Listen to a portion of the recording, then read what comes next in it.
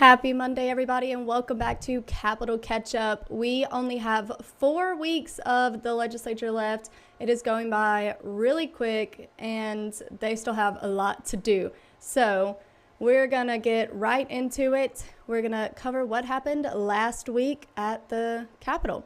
So the first thing that we always talk about is what was signed by the governor this week.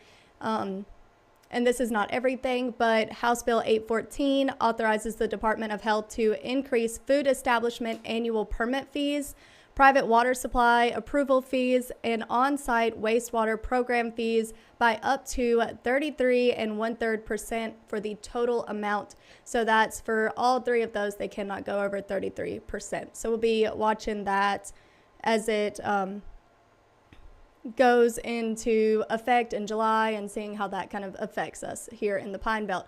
So here is what died, and we have a lot to talk about things that died and came back to life and crazy stuff happening this week. So the first one, which is just a simple one, was House Bill 672. This allowed for wet counties to authorize retail sales on Sundays.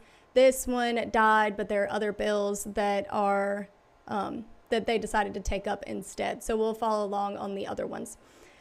The main ones that died that we need to talk about are all of the teacher pay raise bills that died on Tuesday. So this happened because the Department of Education said, or not the Department of Education, the Committee of Education said that they were done looking at education bills, scrap them all. So they essentially just died. They were never going to get voted on. So that would have been for the Senate Bill 2001 through 2003. As we already know, House Bill 2 has been dead. So this was the Senate's version of teacher pay raises. And so Senate Bill 2001 through 2003, these included pay raise for school teachers, assistant teachers, and college faculty. Removed the requirement for the current school district to approve a student's transfer request if the school they were transferring to accepted them, and also revised provisions for returning retired educators. It basically said, you can return after this X amount of time and you're still going to be able to get these benefits, and that was to target the teacher crisis that we currently have. So what happened? How did we end up with Senate Bill 2103, which is the new teacher pay raise bill? So I saw a couple different stories going around about how this happened, and so I just want to talk about what this was. This is called a strike all amendment, and this is where pretty much they can take a bill that has already been voted on, already passed, and essentially say, you know what, collectively we are going to strike everything on this bill, keep the name, keep, all of the code and stuff, keep all of that, and rewrite it. And so technically they did not bring a bill back from the dead. You can't do that. Once it's dead, it's dead. So what they did was rewrite a bill that they already had. This was an education bill, so the code is still the same. It's still an education bill. However, what it was about is totally different now. So I am going to pull it up for y'all so that we can see here. So here we have the Mississippi Legislature website, and this is Senate Bill 2103. So as you can see, these are the dates. So in January, they referred it to education. In January, it passed in committee. And then in February, it passed in the Senate already. And then we have where it was switched to the House, it was referred to education. Once again, passed out of committee. The House amended it. Now here we go. We're getting into what happened on Friday. So they literally did not look at this bill since February 18th because it was a whole different bill. And this is when the Committee of Education, the House Committee of Education, amended the original bill. And then when it got onto the House floor is when everybody started changing it willy-nilly, going crazy. So what was Senate Bill 2103 originally? It was about school counselors. So not about teacher pay raises at all. It essentially, I'll just read the thing here for y'all. So it was an act to amend Mississippi Code of 1972 that deleted the provision that requires professional school counselors to abide by the American School Counselors Association Code of Ethics and for related purposes. Always says that, pretty much. So we'll just kind of scroll through here. All this says is that you need a master's degree, and here's our new code of ethics that Mississippi school counselors need to go by. Changed just they deleted one little provision here. So, and that's all it was. You see, it's 4 pages long, and there's nothing at all about teacher pay raises, nothing at all about PERS, nothing at all about retired teachers. It is solely a bill about school counselors. So with the strike all, essentially they could get rid of everything on this bill and rewrite it, so long as this stayed the same and this stayed the same. So that's what they did. Now, they have not, as you can see, because you're probably wondering, okay, well, Brooke, tell me what Senate Bill 2103 has on it. I can't. And the reason why is because they have not posted it. I don't know if they even will, because this is something that has not happened in a long time. It doesn't happen often, I guess I should say. This is the first time it's happened this legislative session. So this is the day they did it. You know, it amended. This is the vote, and it was a unanimous vote. So everybody in the House voted yes on this. It will go to the Senate now for them to look at it. What I do know, what I can tell you, is that everyone, all the House people who have seen this bill have essentially said on their social media or through, word of mouth that we've heard that it is pretty much what they originally wanted. So some of House Bill 2, some of their other bills kind of combined together. So it is the House's original deal for teacher pay raises. So that is what that is. It does give, and we can pull up the story here as well.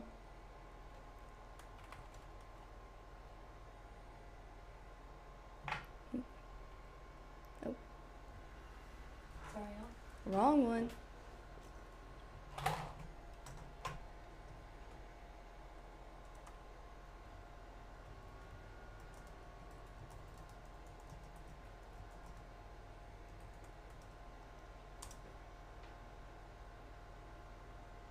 So we'll pull this up as well for you guys to see.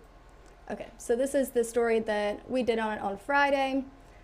So obviously, following the death of multiple education bills on Tuesday, they amended Senate Bill 2103 on Friday. And so this is what we were told was in the bill based off just research of looking at other people. So this is the original bill. So the new amended bill, once again, has not been made public, but here's what we're hearing. $5,000 to K through 12 public teacher pay raises, $3,000 pay raise for assistant teachers, $3,000 supplement for SPED teachers, allows retired teachers to receive PERS benefits when returning to the classroom, gives retirement credits to law enforcement officers and first responders, allowing retirement eligibility at 25 years of service. That was a separate bill, but they've thrown that in here as well, the PERS bill. And then it corrects the 45-day pay gap during holidays for public school teachers and targets chronic absenteeism.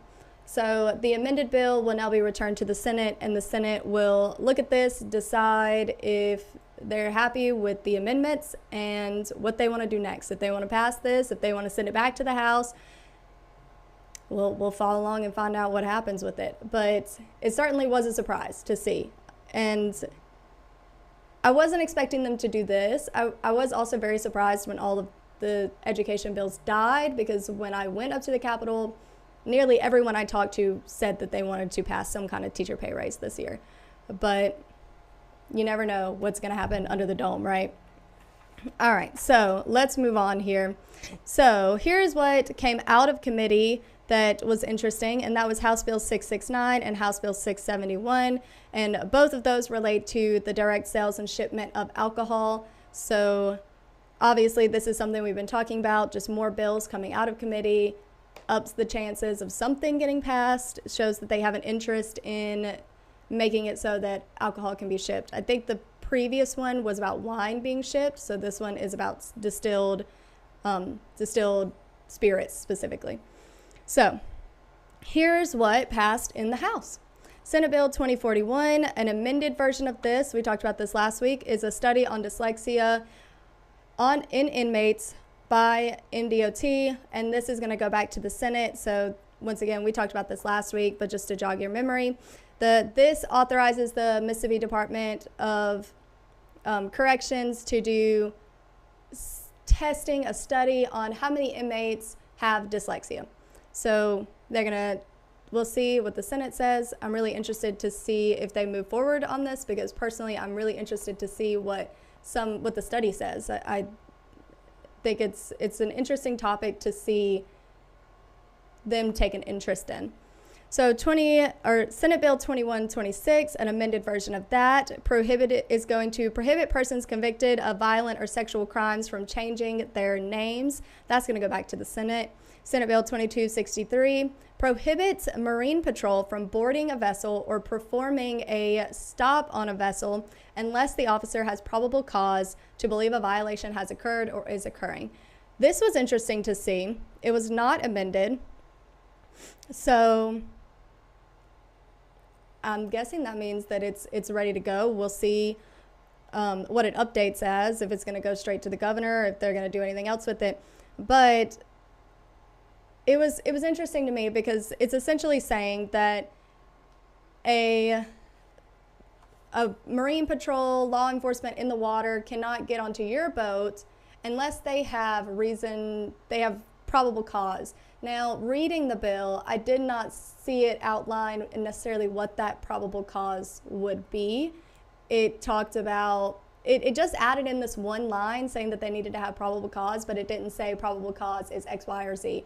And specifically, this bill, or this amendment to this original bill, it focuses mostly on drunk driving while driving a boat. So it's interesting. I'm wondering if they're gonna add anything extra to that. So Senate Bill 2288, an amended version of that, is going to, we talked about this last week as well, extend career technical education incentives to schools. So that was $600 per student enrolled in a CTE class. Senate Bill 2036, this was by our local legislator, Senator Barnett. This makes it so that the state parole board can give early release to nonviolent inmates. Senate Bill 2110, amended. This was by our local legislator, Senator Fillingame. This creates a crime. Okay, how do I explain this? It essentially is going to create a child neglect crime that is specifically related to deprivation of necessary supervision. So this would be the crime of if a child was found home alone, and you, as their parent, as their guardian, it was determined that you were not giving it the necessary supervision it needed so that harm did not come to that child. So specifically think of, unfortunately, things like children accidentally shooting themselves, accidental shootings, children walking out into the street. We've had that happen recently. So I think that would fall under this as deprivation of necessary supervision, because they're essentially saying those things would not happen if you were watching the child as you should. So that would create a child neglect crime. So that has been amended by the House, which means it will now go back to the Senate for the Senate to approve those amendments. Senate Bill 2453, this allows optometrists in Mississippi to give a medical exemption to patients for motor vehicle window tinting. This was interesting to me. If you didn't know, Mississippi has a law, which I think most states do, saying that you can't have window tint over X amount. It can't be so dark that they can't see into the vehicle. It's, you know, you can get a ticket for that. So this says that if an optometrist says that your eyes need that darker tint, then you could get it as a medical exemption.